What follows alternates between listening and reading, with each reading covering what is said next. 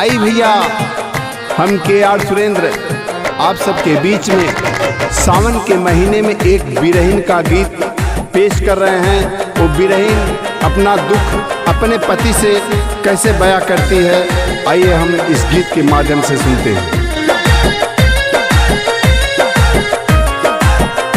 अपने निदिया के कई नवा दवाई पिया, अब न दुख सहाई पिया ना। अपने निदिया के कई नवा दवाई पिया, अब न दुख सहाई पिया ना। सहाई पिया ना हो, सहाई पिया ना, सहाई पिया ना हो, सहाई पिया ना। अपने निदिया के कई नवा दवाई पिया, अब न दुख सहाई पिया ना। अपने निदिया के कई नवा दवाई पिया, अब न दुख सहाई पिया ना।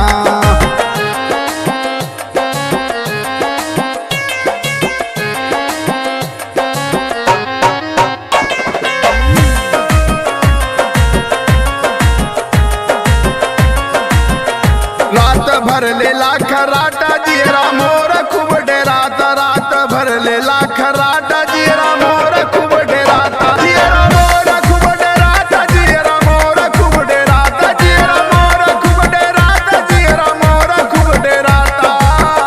तोहरे खातिर रोज निदिया गवाई पिया, दुख न अब सहाई पिया ना।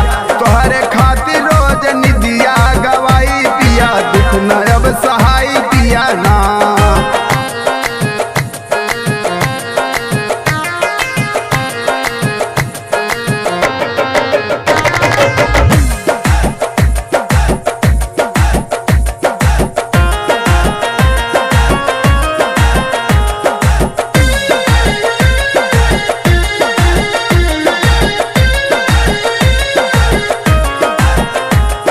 मीठ मीठ बात दुखवा काटी रात रात, कर मीठ मीठ बात दुखवा काटी रात रात, दुखवा काटी रात रात, दुखवा काटी रात रात, दुखवा काटी रात रात, दुखवा काटी रात रात।